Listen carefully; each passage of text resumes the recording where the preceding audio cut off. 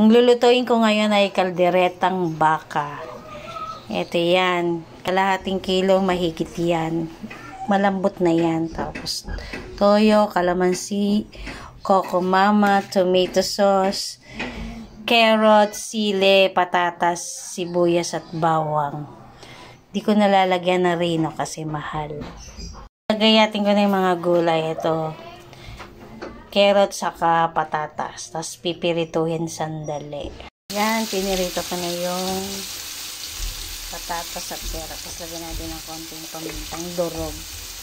Nag-isa lang ako ng bawang at sibuyas.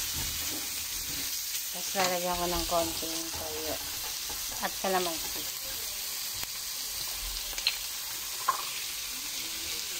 Konti lang. Lagyan ko ng toyo at kalamansi saka konting paminta. Tapos lalagyan na natin ng sabaw. Konti lang. Nagata tapos tomato sauce. Kaya ko na rin. Kung may siling labuyo kayo, lagyan nyo rin. Kasi masarap nito. May siling labuyo eh. Saka yung peanut butter. Pati yung gulay, lagay ko na rin. Tapos sayaan lang natin siyang kumulo hanggang sa matuyuan. Lagyan ko ng nor beef. Mamaya pag maluluto na, lalagyan ko ng queso.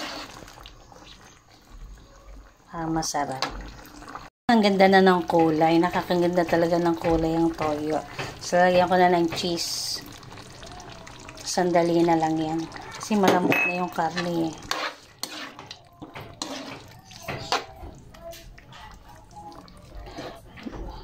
Luto na. Kung gusto nyo maanghang, lagyan nyo ng siling labuyo.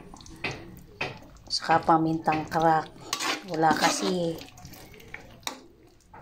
Tapos, lagyan nyo ng konting peanut. Siguro mga 2 kutsara. Para masarap. Kaso, wala rin eh. Kaya, ayan, luto na yan. Papatayin ko na.